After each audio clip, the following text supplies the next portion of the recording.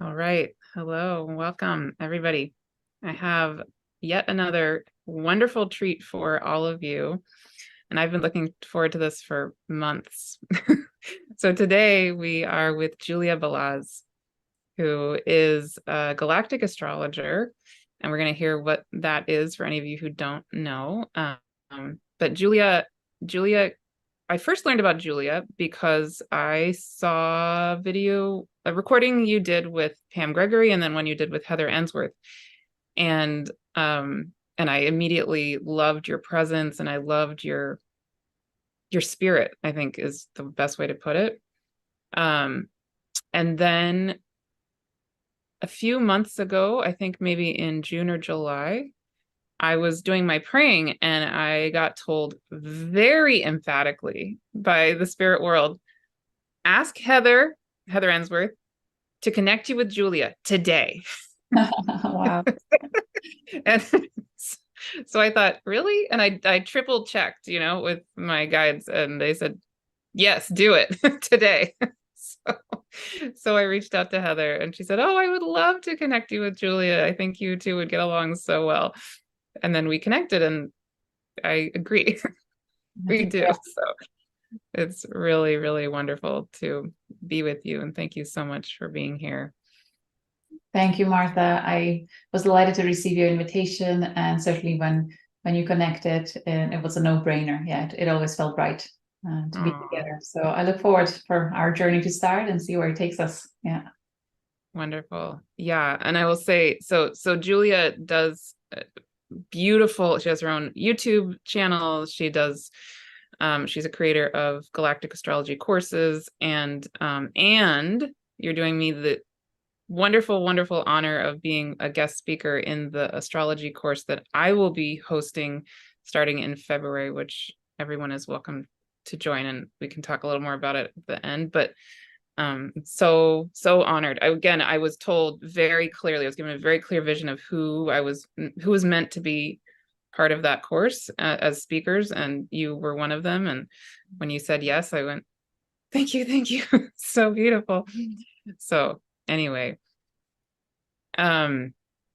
wonderful. So why don't we start with, can you explain in your own words, what is galactic astrology?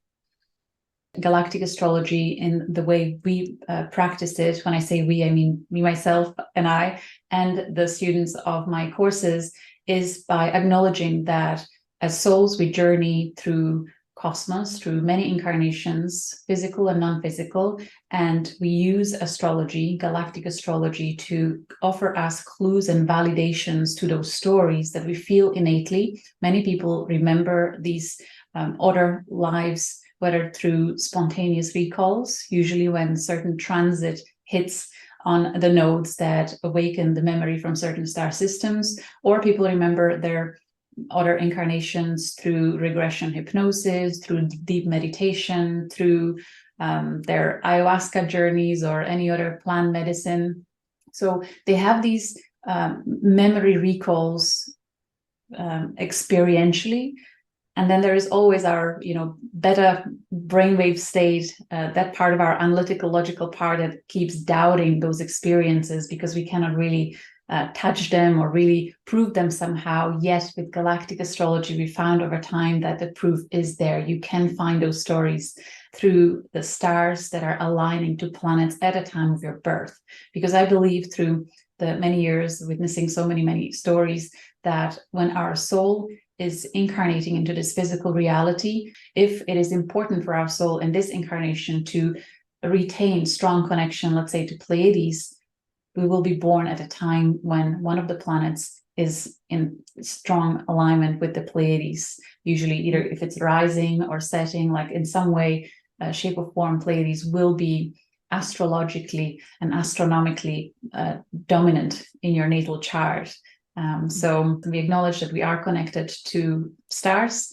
We acknowledge that we are connected to greater cosmos, and we use not just astrology, but also intuitive tuning into our soul records to find information that is most relevant to support our evolution of consciousness.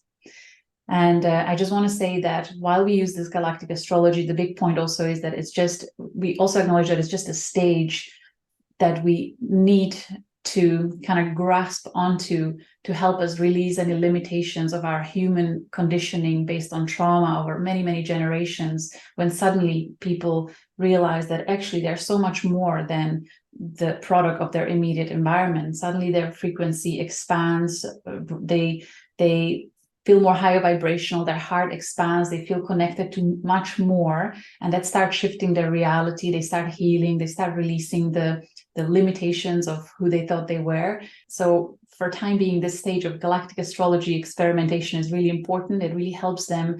And then at some point they realize they can also now release their labeling themselves as star seeds, because the next stage after that is just being connected to all that is. And it doesn't matter whether you're Pleiadian or Arcturian or any other, you're galactic human here to bring experience of unity in the physical reality, helping to heal the DNA of human avatar and just co-creating something beautiful in experience with everyone else around us. So they're just like stages of our consciousness evolution and expansion. So yes, and that last part of what you were just sharing fits so well with my own perspective on everything, and that I hadn't heard you say that before, so that was really helpful actually, because we can talk about this maybe more in a little while, but I personally really am shown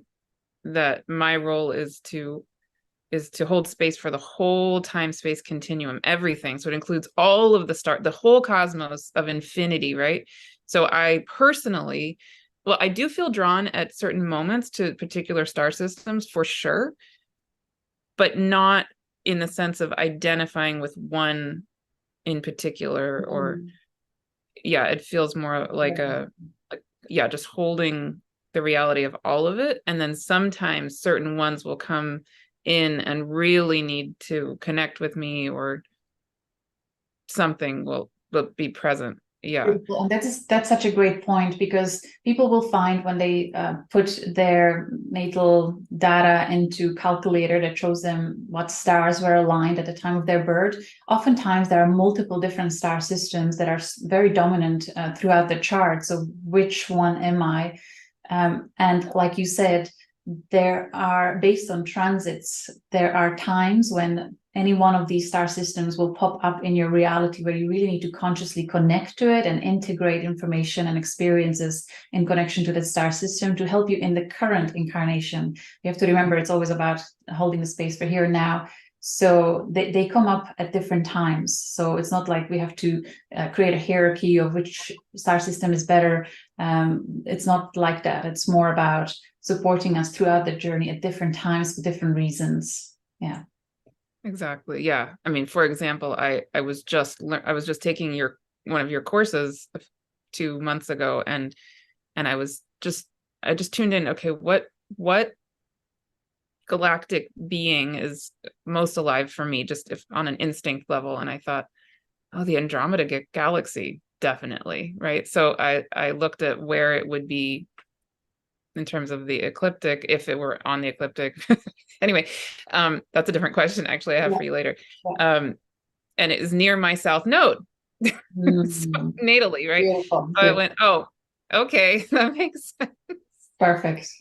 Yeah, and the transiting north node was very near on, basically I'm currently having my nodal reversal, right? So very good. And that's so interesting, because the Andromedan galaxy starseeds, or people who have strong connection through astrology to Andromeda galaxy, they all always feel like home is everywhere. Like everywhere I am, I'm home. Like this whole universe is my home. They don't identify with any particular one. And they're really good at just holding space of peace and grounded presence amidst chaos. And really, I feel this Andromedan frequency is going to be very, very strong, especially next year, for that particular reason, that we are overwhelmed with information and perspectives and opinions, and Andromedans are really good at holding space and being centered while everything is shifting and changing all the time. So it's such a beautiful validation. Thank you. That's exactly what I'm told my role is, literally, is to hold space for existence while this whole chaos does its thing. Perfect. I just am supposed to just be steady. Yes. Yeah. That's so fascinating. Yeah, so in a little while, I would love to talk more about, like the current galactic astrological phenomena that are happening and you see coming up. But before we get there, I would also love to hear about your journey. So how did you come to this point?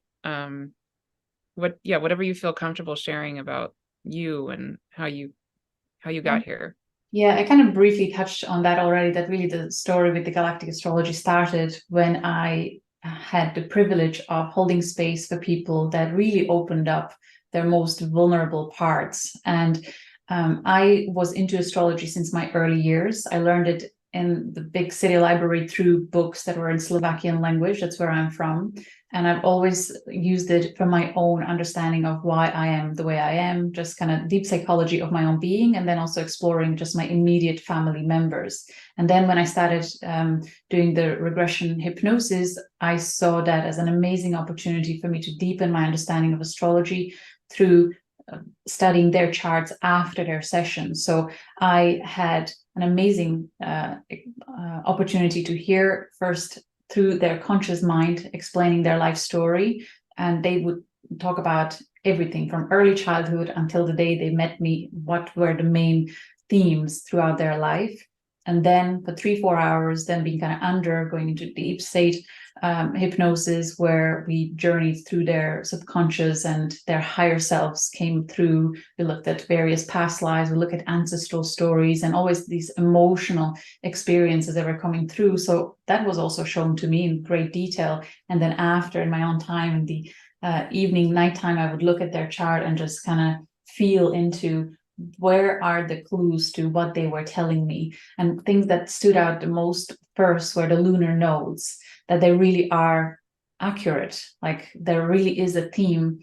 If you have lunar, say, south node in Aries, the past lives that people were regressed to spontaneously by their own higher self choosing what's most relevant, they were the themes of Aryan lives, so that was a big kind of mind-blowing experience for us. I have a whole video on going through all the 12 archetypes of lunar nodes and what types of past life stories were coming through. It's somewhere on my YouTube channel when you type in lunar nodes. So you have a lot of wonderful videos for free on your YouTube channel. I mean, just so many. Yeah. So that was good. And then at some point, I think around 2019, the clients that started coming through more and more, and certainly 2020 was full on, the galactic information was coming through, and not just through my own session, it was happening across the board with a lot of QHG practitioners. This is a Dolores Cannon technique. So I was a member of a forum where all the practitioners were discussing their experiences with others, and people really were starting to regress to lives that were not earthly. And a lot of galactic information started coming through. So there were many common themes. So I suppose I had the privilege, yet the word again, to feel into a frequency of a being and tapping into not just their earthly experience, but starting to feel what it feels like when someone has a strong Sirian connection or Arcturian or Pleiadian. And at some point, when you're exposed to these over a long period of time, you start noticing them within a few seconds. You're like, oh, this is a Sirian signature, this is a Pleiadian signature. There really is different to each of these star systems. And then once you are consciously aware of it, you just get validation after validation after validation once you're paying attention to it. So it's just such a beautiful experience to learn astrology through kind of the other way around, rather than me taking courses or taking an astrology school where you learn the data first and then you apply it to life. I was taught through life experience and then looking for it in the charts, Yes. So that was really, really good. And then when the stars came in, I started paying attention to stars, noticing that people who were able to go really deep and channel amazing, profound wisdom of their own higher selves, that usually happened on days when we had strong alignment to certain stars that were also prominent in their individual charts. So whether Sirius, Arcturus, Pleiades, those were the early ones that I paid attention to really closely first, because there was a lot of information about these online. There are books written on Pleiadians, books written on Sirians, Arcturians, and things like that. So those were the first ones. And then I started expanding to all the others. So yeah, and then, you know, clients started coming through and I started sharing with them what I'm seeing in their astrological chart. I started looking at their charts before they came in and then just paying attention to what they're saying. So by the end of their session, I would say, actually, you know, what you're saying and experiencing is actually in your charts, or you're beautifully aligned with your life's purpose, with your life's potential. So there was another kind of healing experience for them where they felt reassured and felt happy and at peace that they're exactly where they're meant to be, all is well. And then people started becoming curious and asking me for more information. So I started putting the courses together, and my goodness, the feedback and the stories that continue to come to me through emails and messages is there's so much validation in when we bring stars to astrology, and really to experiences that are happening on such a large scale, you know, in our human consciousness collectively. Now people really are feeling like they are connected to certain star systems. People are gazing at night sky. There are so many that feel like that oh my God, home is out there. So the usual feedback usually is that you gave me the missing puzzle pieces, and I finally understand why I'm here and what's my purpose, and that it's really important for me to anchor the frequency of love and peace and wisdom amidst the crumbling structure that we are all witnessing collectively. So it just brings a lot of healing and encouragement for many people. Yeah, absolutely. So something I've been thinking about a lot, I'm curious to get your perspective on this, is I took your course, then I've been taking two other star related courses because I feel very called to learn about them. And something I've been thinking about with regard to the stars, but also just with regard to astrology in general, is kind of like you said, I would say, from my perspective, the majority of the approaches to learning astrology, I'm realizing, are pretty mental, like very in the mind. I mean, my background is mostly in evolutionary astrology, and I'm realizing there's so much depth and richness there, and my life was changed by it. Absolutely, I'm not denying that in the slightest. And I'm realizing how much like, let's say, learning about Venus and evolutionary astrology can be very, very cognitive. And so also when I'm noticing various people's approaches to stars, it seems like there's a wide range of the way that people can interact with the stars or the planets or any of it. It's like there's one version, if I'm going to make it into extremes, there's one version of thinking of any cosmic entity as an object, right? I'm going to learn about XYZ planet or XYZ star, and I'm going to be able to describe it, and I'm going to be able to repeat information I've learned about it, which has its place and is definitely part of, you know, I want to learn, certainly. And then what I personally feel much more drawn to, and I feel this in your own energy, is what I'm really drawn to is much more the being or the essence or the light of every cosmic entity, right? So for example, I mean, okay, so this is my reflection of you, but I don't know you very well, right? So you correct me if I'm getting this wrong, or I would love to hear anything you have to say about this.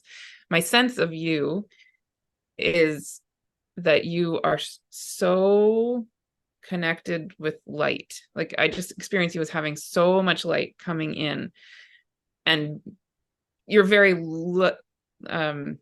light-filled being in my experience, which is part of why I'm so drawn to you, right? So why I resonate so much just by your presence. But when I imagine you tuning into these star systems or anything in astrology at all, my sense is that you are connecting light with light, or something along those lines. So I'm just curious to hear about your own personal way of being. It doesn't seem like a mental thing. Maybe it partly is, but anyway. I hear what you're saying. Really, really Yeah. good point. Yeah. And yeah, I'm glad you're bringing it up, because what I've noticed after I published my courses, and people every now and then would mention a name of someone who has a book on stars, or like ancient astrologers talking about different stars. And then when I looked at that, and when I read that information, it felt darker, it felt lower frequency to what I've been experiencing. Like it feels different. Like I would look at it and I would spend only, I don't know, 20 minutes, and I couldn't anymore, because it just felt outdated. It felt or maybe just not in resonance with my being, maybe for a reason that I perhaps didn't realize until now. So what I'm guiding the practitioners in the bigger course, the Galactic Astrology Practitioner course, is to tune into stars with a clean slate, and in particular when they're tuning for different clients, because we're noticing that our brain is able to tap into past, present, future, really in a quantum way. That's why we call the modality quantum soul guidance, where every star, we realize, and its planets and moons, they have also their past, present, and future. So we can, like, for example, Orion star systems, they have a lot of drama there, but there is also a lot of peace before the wars and a lot of peace after wars. So where are we tapping into? My light is flickering.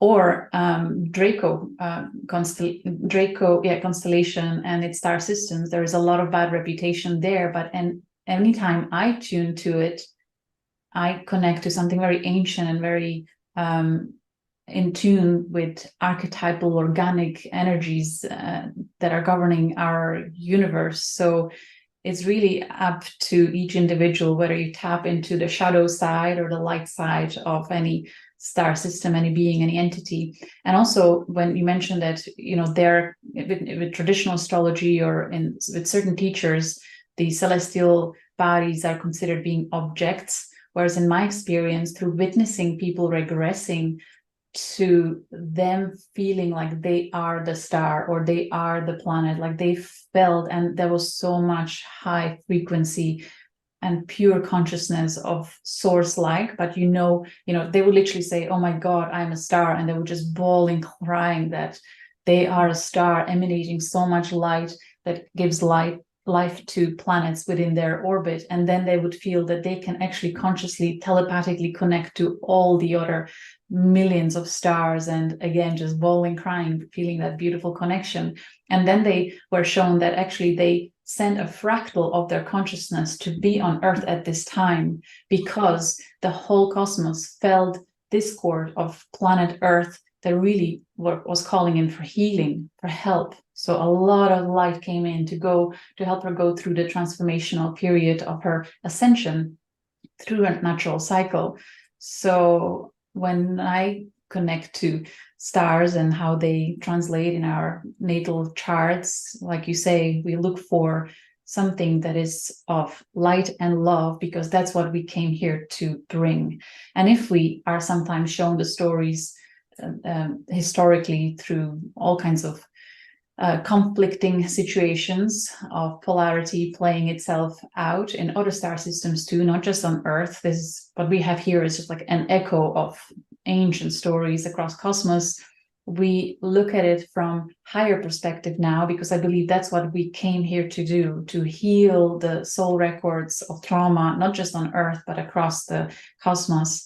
So we have this capacity now, as we are witnessing through so many light workers, to hold higher perspective, accept what was, and bring really compassion, love, acceptance into it. And how can we learn to coexist together with different perspectives, different frequencies, while maintaining harmony and well-being of the planetary being of the whole cosmos. So yeah, there's different ways of tuning into stars.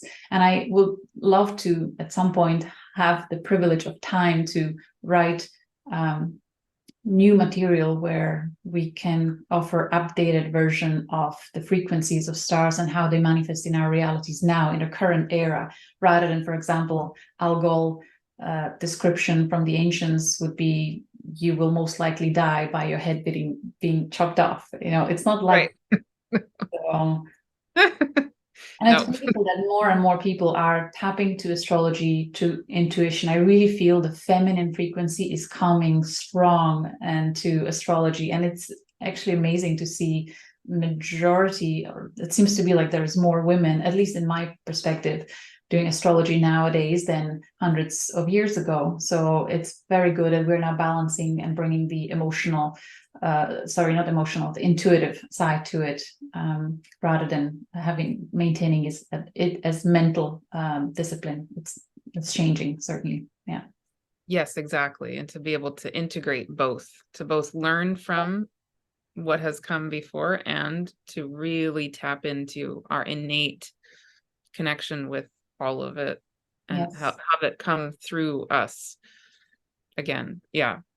And we kind of have to, I feel now, because it certainly is evolving rapidly. Like there are such quantum leaps in astrology field that I'm observing through the community that I interact with. In such a short amount of time, we started paying attention closely to stars.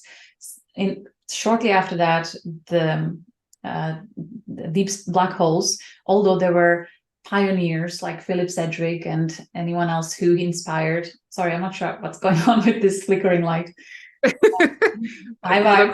It's just very shimmering. Yeah. Yeah. So we started more and more, many people now are paying attention to the galactic center, supergalactic center and beyond. We have those included in our calculator. Now, the Kuiper belt objects, we started looking at them and adding stars to, so what does it mean if I have, like Sedna now is conjunct Pleiades and Sun, Mars conjunct Alpha Centauri. So a lot of those starseeds are being activated and healing their story of betrayal they've experienced through masculine energies. And depending on which house it is in your chart, it either happens through the collective or with your father or partner, or it's just so amazing to see it, how it really is like things are coming to surface in relation to Pleiades, to Alpha Centauri, if you tap to that, or you see it as something that happened on Earth, but actually it goes beyond that. So it's really cool. And just yesterday, we had a conversation in our community where practitioners are starting to attract clients that are connecting to other galaxies. So we have a whole list of galaxies that for now we are just shown a glimpse, but we cannot really fully tap into the records there. And we believe it's just about timing that, little by little, but it's expanding into crazy lengths. So beautiful. Well, and that taps so much into what I've been getting told in my own praying. I was just talking about this with Heather Ensworth a few days ago. Also, I think, well, anyway, I have the sense very strongly, I get told very strongly that astrology is needing to rebirth itself through each of us, right? Not through like one guru, not through one particular teacher who knows it all, but through each of us as divine conduits of existence. Yes. Yeah. So that's so exciting. I would love to get even more connected with your community, because it sounds like there's a lot of overlap and what's coming through me, and also what's coming through the people who are in my community is, I think, a lot of us. It's for sure happening collectively, and that's what I've noticed, that while I was at home doing my experiential exploration of galactic astrology, after I published the course, I received emails from many others that were also doing the same thing within their own sphere of consciousness, not being exposed to existing materials, but we all individually were guided through experience to explore this through tapping in intuitively. So what one of us is experiencing, there are hundreds of others experiencing. It's just beautiful to see that as a collective, we are so rapidly advancing in our connection and connecting to cosmos. And just, when we do it just intuitively, I don't want to say just intuitively, but when you have astrological data kind of backing up what you're receiving intuitively, it's just such an exciting, for me, it's a thrill. For me, that is the high of my life, to see those kind of peeks behind the creator's curtain, seeing like, oh my God, that's like, there's such an amazing intelligence there. I live for those high moments. Yeah. Yeah, absolutely. And I just insert a very short sort of little caveat in that one thing I also feel is so important at the same time as this is happening, and it is so exciting. I love it. I like get on fire with it. Yeah. But and it does seem absolutely crucial that we have ways to stay grounded, and that's something I'm also observing, is that yes. I mean, I won't tangent about that. It's I can't say it often enough, and I repeat it a lot in my community, to take breaks from this type of mental quantum kind of experience. And I notice it with myself regularly. Like every few days, I just want nothing to do with any of it, and I just here now, going for a walk and really being present. It's absolute must. Thank you. Absolutely. I have days where all I want to do is be with my kids and watch ridiculous movies, and I don't know, go to the beach and definitely. Beautiful. So okay,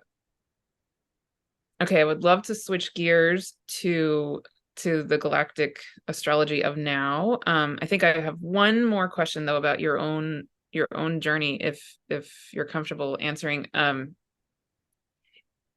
Do you feel comfortable talking a little about your own way of connecting with the stars, like your own, like you said, for example, when you tune into Draco, you feel XYZ. Do you feel comfortable talking about your own process with that? Sure. I believe my process was developed naturally over the 7 years, holding space for 4 hours, sitting with a person who were in a theta brainwave state, and I was kind of in there with them. I was journeying with them. So my brain was exposed to deep state of really high focus for many hours, 5 days a week, a number of years. And before that, for I don't know, 15 years or so, I played in an orchestra. I played violin. So my brain was perceiving, orchestra, like large one, where you're in tune with everyone else's as well. So I feel through life, my brain was trained to perceive very quantumly with a lot of things at the same time. And my strongest clair is claircognizance, where you just have a deep knowing. And so when I tune in, the information comes in an instant, where all of it is known in an instant moment. And then I learn to bring it into linear language by trusting what I'm getting, realizing that, okay, like I just feel it. It's an instant where things come through. And what is coming through, what drives what is coming through is always the intention to receive only information that is most relevant and helpful to support the healing and evolution of any individual that we are tapping into. Because earlier on, when I didn't have this pure, clear intention, I was getting all kinds of just entertainment stories there, where you receive a lifetime story, and it's like, what do you do with it? Like, kind of really apply it. So I recall that moment when I said, okay, I don't want, like, don't be wasting my time with just entertainment stories. I don't want them. Just give me what is most important at this time. So that's what's happening. Yeah. And then through practice, you kind of surrender to trusting that there is higher intelligence that knows better than my human brain, and that they bring what's most relevant, and then just surrendering to sharing what's coming through immediately, rather than taking time to think about it, because then you mess with your brain interfering, and that's never good. So just like that. What about you? You want to share yours? Sure.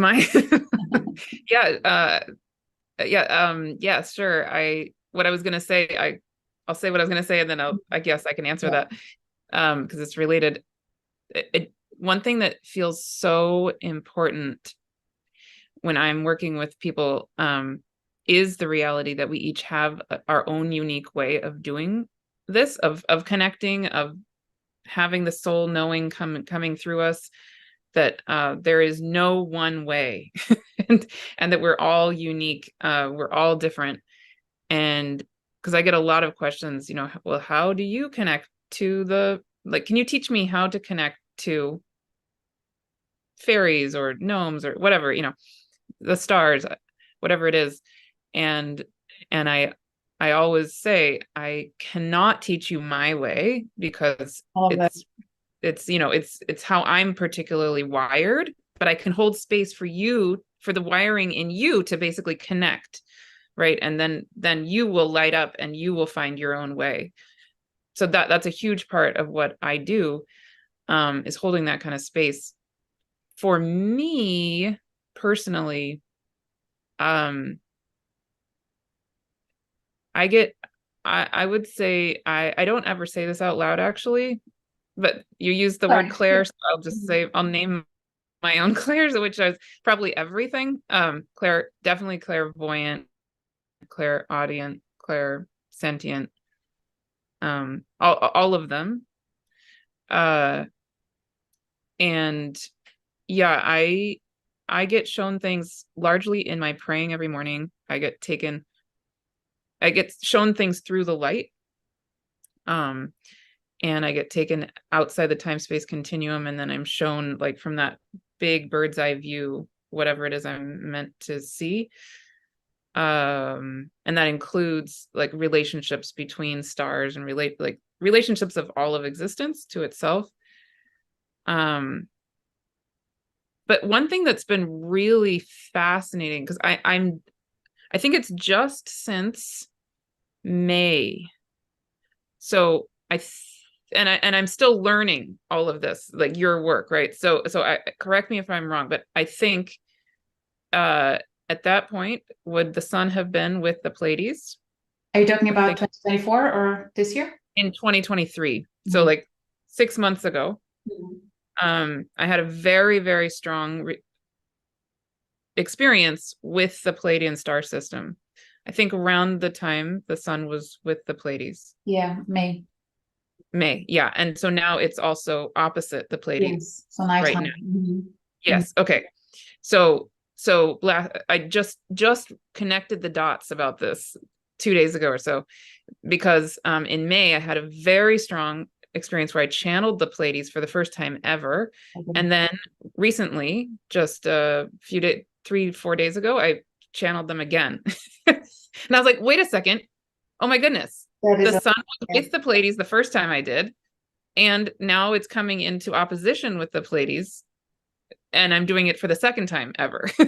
I'm so happy you're bringing that in, because I do want to bring this to the audience attention, that in case there is a star system that you feel affinity to, yet you don't see it in your natal chart necessarily, you can always connect with any of them at a time of year when either sun or moon or Mercury, any of the planets, is in direct alignment, like Pleiades conjunct sun in May. So daytime meditation in Northern Hemisphere, nighttime meditation in Southern Hemisphere, and the other way around in October.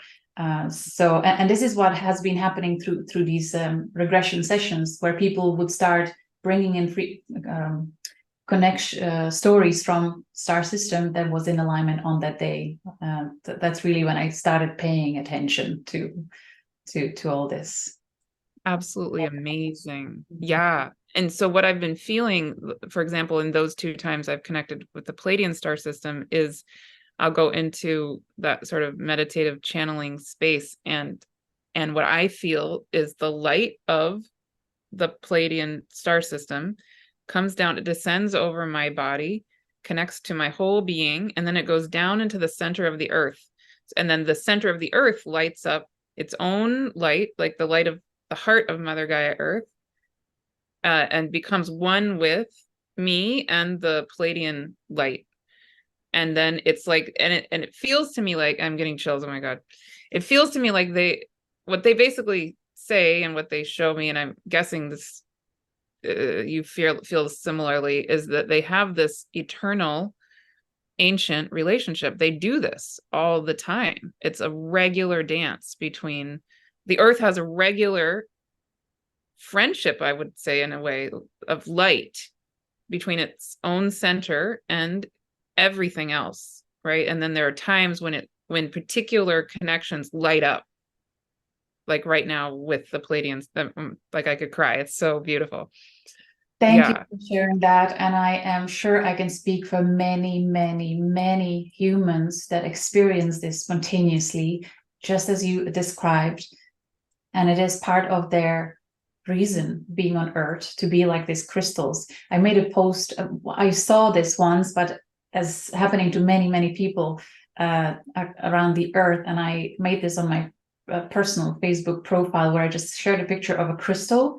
And I wanted to honor all the introverts who are never showing up, sharing their stories, because I see them as these crystals that are hiding in the earth for a reason. They're like amplifiers and receivers for these cosmic energies that are coming through them, so that they can connect into the earth. And they are like, that's their purpose. And, you know, many would feel insignificant, like nobody knows about me, but their role is so important for just something like that. So you've experienced it consciously.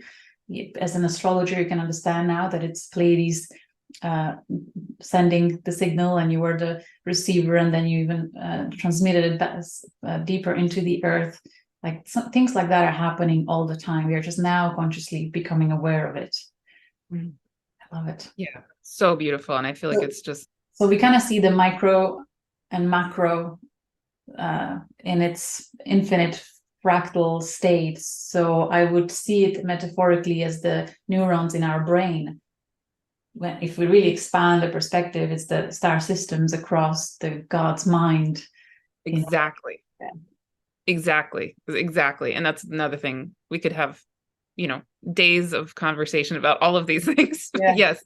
Yeah. One of the big things I'm shown is the parallel between our human Earth body and the anatomy of the cosmos. Yeah. Because we are what? We are created from the cosmos. So we do mirror the cosmos. 100%. Yeah. Mm-hmm. Beautiful. Yeah. Okay. Wonderful. Okay. So the practitioner course has a whole module on the figuring out what's your clair, and then develop that. So we guide practitioners who go into the course to figure out their own way to tune into stars and soul records and astrology. Yes. Yeah. Yes, I was going to mention you have a lot of resources for people to figure out, and actually you also have resources for people to practice and hone the ability to tune in, right? Like not only figure out what is my way, but to work with it. Yeah. Wonderful. So good. I have one more question, if that's okay. Sure. So you did a whole video with Pam Gregory and a whole video with Heather Ensworth, and I will link the videos to this video for people who are interested, where you, so I won't ask you to go into all of this because people can refer to those other videos, or I'm sure you've done other things as well, but where you talked about the distinction between the galactic center, so there's 27 degrees of Sagittarius. Yeah. Do you know what I'm about to ask you? Yep. So the galactic center, so actually for anyone looking at their natal chart, actually whenever I look at any chart, I would always first look at the high degrees of Sagittarius, position of the galactic center, mid degrees of Sagittarius, position of the great attractor, early degrees of Libra, position of supergalactic center, and early degrees of Scorpio, position of the Shapley Attractor. So they're like octaves of each other, of cosmic frequency that is really quantum. And I say quantum because people who have strong connection to these in their natal chart, they perceive reality differently. They really do. And a lot of galactic astrology practitioners have these. So we've had these discussions over and over, just kind of validating the statement over and over that people who have these black holes and massive gravitationally powerful points in cosmos in their charts, anchored by planets. So in conjunction or other alignments, they really are always pondering the meaning of life, and they're receiving ideas that people who don't have these in their natal charts, they never think about those things. They think about their shopping list, what they'll watch later on. They never think about the bigger picture. But people with these supra-cosmic points, as I like to call them, in their chart, they are wired to connect cosmic energies really powerfully, really strongly. So when we have Sun transiting these points, or you can even start playing with the moon's transits, because that's the fastest.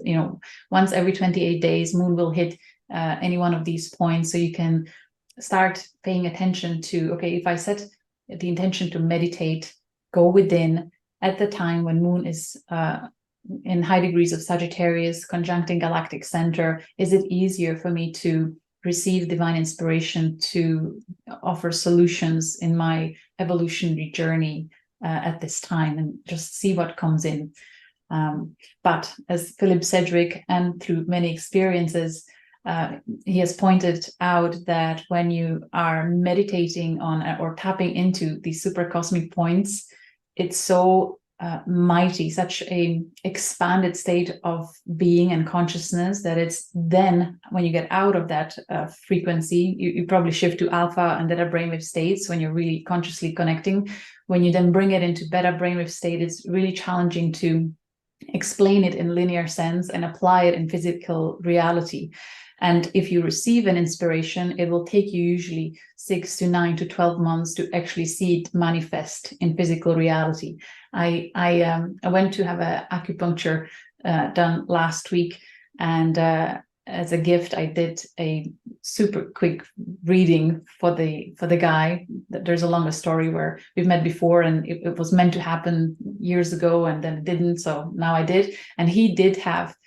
He had 3 of these supercosmic points conjunct his planets, and he confirmed that, yeah, he thinks like that. He received these inspirations. He has a really long-term vision, and he's able to see how any decision of his life will have impact, how it will unravel over many, many years. Like instant moment, he will see how it ends up. So he has these like 3 of multiple options in his life, where each decision creates different timeline, and how it is for him to navigate something like that, and that it usually takes 9 to 12 months for him to actually complete something that was shown to him in an instant moment. So that's the power of these super points. Does that answer the question?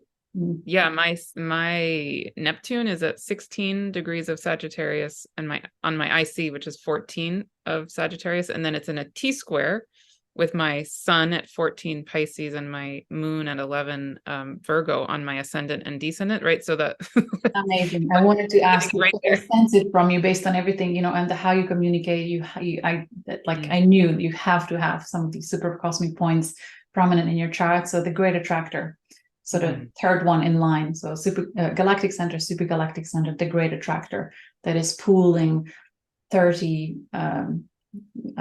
Actually, no. So galactic center, we are revolving around it with everything in our galaxy. Supergalactic center pulls 30 plus galaxies around its center. And then the Great Attractor, which is prominent in your chart, is pulling X amount of galaxies. And then the Shapley, we can't even count and comprehend it. Yeah. And so for Shapley, so early degrees of Scorpio, for anyone, when you look at where that's in your chart, is it possible that you have life's experiences, engagements, and events that somehow are influencing everything else that's happening in your life? Because Shapley Attractor is a force of mighty power that is influencing everything that we know, whether we realize it consciously or not. So that early degrees of Scorpio, and especially when people have planets there, it's this very powerful force behind the scenes that is moving everything, the revolving around the principles that are sitting there. So it is something, for me, it's certainly like that. I have my Saturn and Pluto sitting there, and it's in the 6th house. So it's all about always thinking about, whatever I do has to have a meaning or purpose in order to serve others. Like sixth house for me really is the service to others, but also my daily choices, daily routines. They're impacting everything I do so hugely. So I have to be like hyper aware of my Saturn and Pluto and all the karmic lessons and everything, because Shapley is sitting there too, magnifying everything. So, and what's your, I meant to ask you this for months. Mm. So what's your feeling then about 2 degrees of Taurus, for example, right? It So would have the opposition of that. Mm-hmm. Yeah, so first of all, because it's first decan for both of them, it's really about this kind of physical reality experiences, how it's playing out and how it's impacting everything. With Scorpio, you go deep into multiple layers of your being to really tap into it and feel it, how it all affects. And when the early Taurus will be all about more the surface level experience of your life through interacting with others, the earth, the health, and so on, where Scorpio is like emotional, and not just your own personal, but ancestral, galactic lives, past lives, like infinite layers of emotions that are influencing certain blueprints that you have or conditionings that you have, whereas Taurus plays it out in physical reality, more on a surface. Does that resonate? Yeah, no, yeah, yes. And there's so much more there. I mean, the Yeah, and Shapley because it's Attractor is just the position, actually, if we unwrap it a little more, is that Taurus will be experiencing things the way he's used to, but he will always look out for or wonder, because Shapley is calling the attention towards, think about why you are the way you are, why you are living what you're living. There are hidden forces inside you that are driving what you're experiencing. So the opposition is always driving Taurus to evolve through understanding the deep hidden forces that are propelling him through life, being inspired and then kind of integrating it, because the oppositions and conjunctions, like they want to meet in the middle somewhere, learn from each other. Yeah, beautiful. And my last question, I think, is so the South Node is transiting Libra right now, which means that by the end, about a year from now, the South Node will be at 2 degrees of Libra. So the nodes will be activating. Is that one? Supergalactic center. Mm-hmm. Supergalactic center. Yes. Any feelings on Yeah, that? so with supergalactic center, because it's in Libra now, decade ago it would have been late degrees of Virgo. So that was a different frequency. It was all about perfectionism in terms of gathering information into infinite amounts, like the black holes. That's another way they manifest. It feels like it's never ending. They always consume through the experiences. Like there's just never end to the story of that theme that you have with the super-cosmic point in your life. So with that early degrees of Libra, it's more about the relationships, balance, harmony to the extremes. So that theme, it seems for all of us, through the comments that people are making, is that we are experiencing so much in such a short amount of time, and we're going through realizations and experiences so fast, so rapidly, like becoming really acutely aware of the patterns that we have. And when that will hit the super galactic center, it'll be even more so. So I feel we are being trained. This really feels like a mastery school in action, where we're trained through experience to really master relationships through multiple exposures to it. And it feels like this black hole that continuously is bringing it through, but it's going in a spiraling motion. So yeah, I would say it'll just continue. The relationships will continue to either drive us crazier and crazier, but in actually driving us to go inwards to find who we are, what's our center, and from there return to sanity. Right. So Would you beautiful. like to add anything to that or comment? No, it's just I'm just in awe, taking it all in. It's so I just love the way that when we connect to literally the cosmos, not just our solar system, there's just so much more depth and everything comes much more alive. And often when I pray and I sort of ask about astrology in my praying, the spirit world laughs because they say, I mean, come on, the cosmos is literally infinite, and you guys look at like 12 things, and then they're like, and we acknowledge it's a fractal. It's all good. Like, keep doing it. Yes, definitely keep doing it. You're meant to do it. And just remember, it's really funny because I'm so glad you're mentioning that, because I was at one point I prayed to receive guide to be appointed guides that can help me continue to develop it, and I received very similar reaction to wow.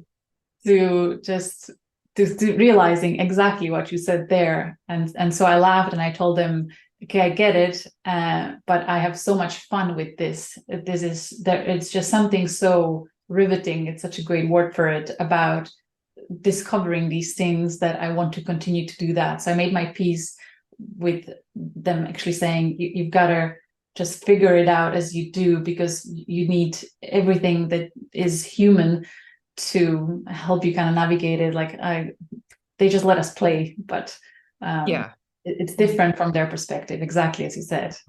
Yeah. But I was like, yeah. But what I feel in you and in your work that I value so much, among many other things, is that it feels to me like you're helping for us to hold this vast space, to really come to remember all of life, right? Not to stay so focused on this one tiny little point of our solar system or ourselves or whatever it is. I really feel you as a pioneer who's a cosmic being, a light being who's holding some space that is absolutely crucial for our world. And I personally have already benefited so much from it. And thank you so much for the recognition. As you were saying that, I saw us in future laughing at this period of our life, reflecting, oh my God, we had so much fun with all that chatter about astrology. It was like, that was fun. But at that point in future, we were like, this is just, it's no longer relevant. Like we just are having fun with co-creating whatever fun experience and dancing, or I don't know what we will do, but something really basic and beautiful and good. But this is, like, I believe we are embodying the transits, really, through the experience that we have now with the galactic astrology, how passionate we are about exploring it. It's based on what we see in the sky. So it's just a stage that we are having fun with, that helps us awaken and remember and reclaim who we really are, why we are here. So it's fun. It feels like one portal to the remembering of who we are. Like one doorway, one of many. Yes. Yeah. Mm-hmm. Amazing. So good. I see you too.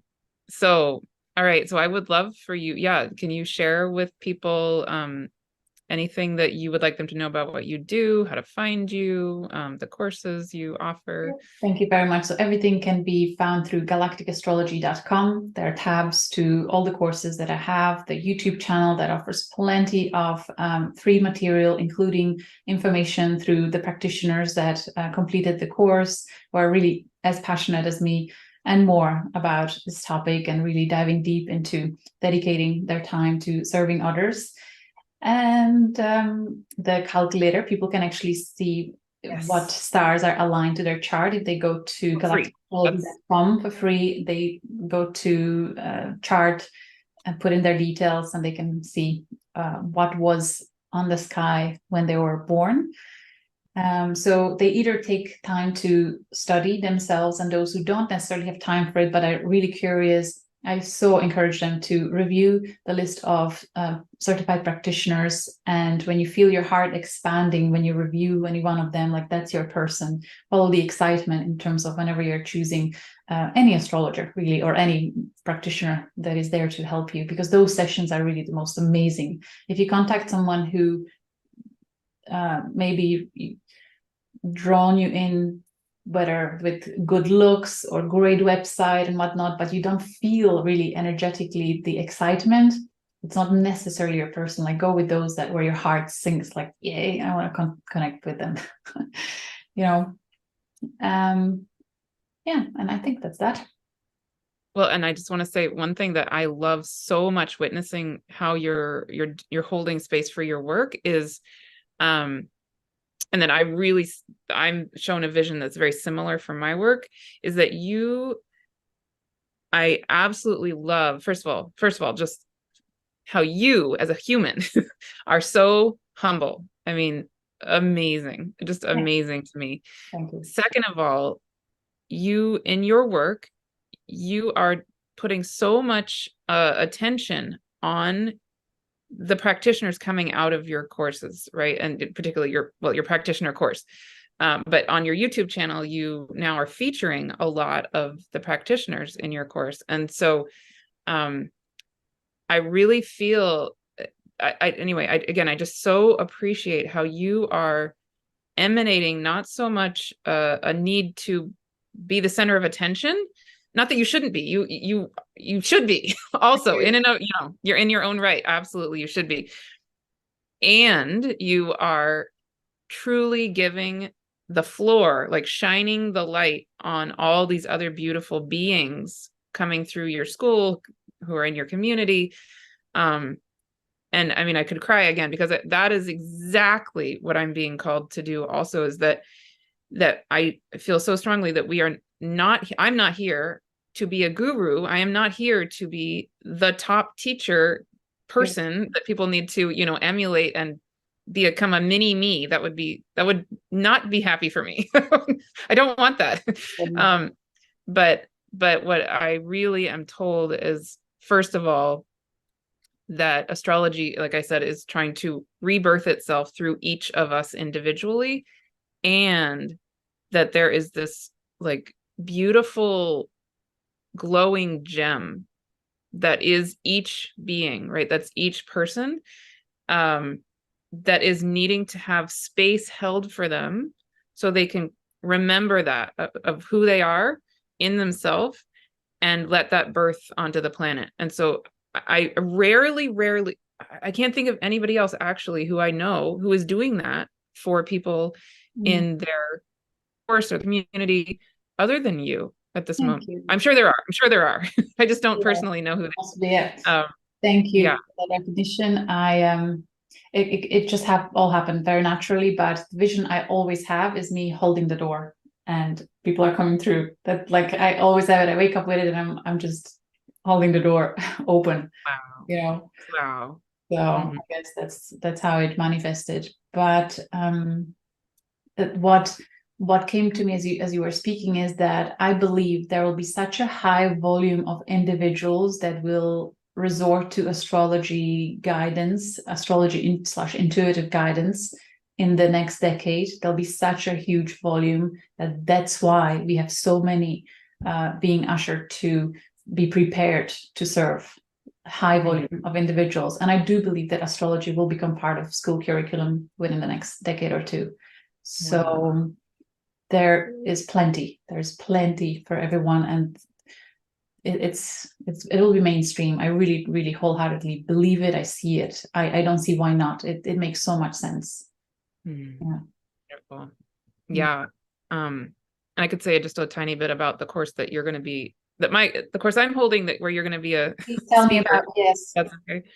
So it's called the Infinite Soul Wisdom Astrology 101 course. And it's going to be starting in February 2024. It's going to go for a whole year until February 2025. And so I'll put the link with the video so people can find out more information in general. But really the purpose, it's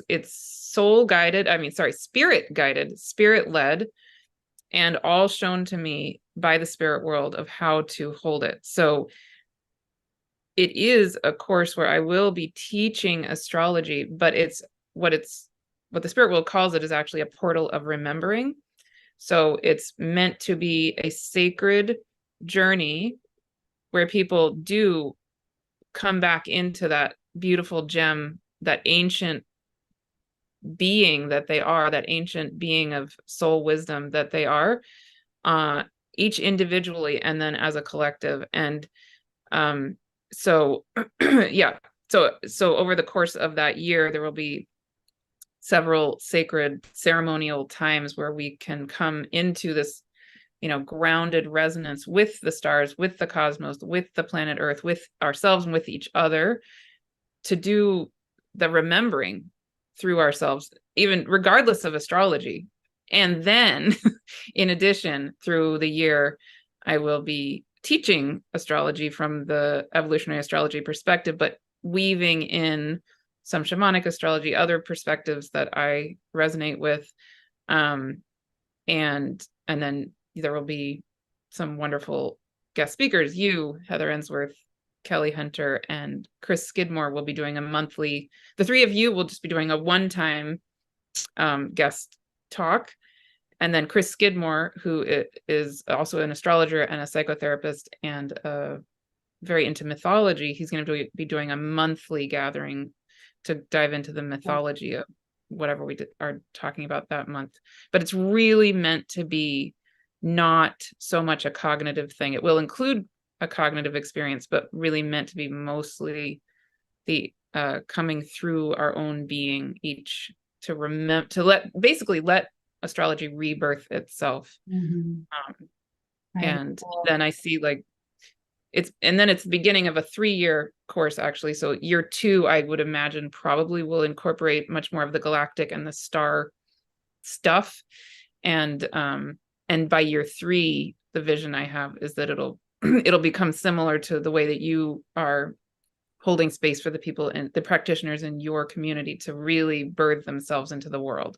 That's year 3 in my version. So really, you also work a lot with the asteroids, right? And yes, I feel people are hungry more and more for learning about those. So would you incorporate those in the first year, would you say, or second? Yeah, more like second year. And also I have a goddess series that I held this year where the people can still purchase if they wanted, talking about a lot of the goddess asteroids and not asteroids, like things like Sedna and I think we did Erisina. So some things that are not asteroids, but yes, yeah, a lot of those are in there. So exciting. So honored to be called to connect with you at this time. Thank you for everything you do, Martha. So excited to see what's yet to come. Happy to stay connected. You too. Thank you so much.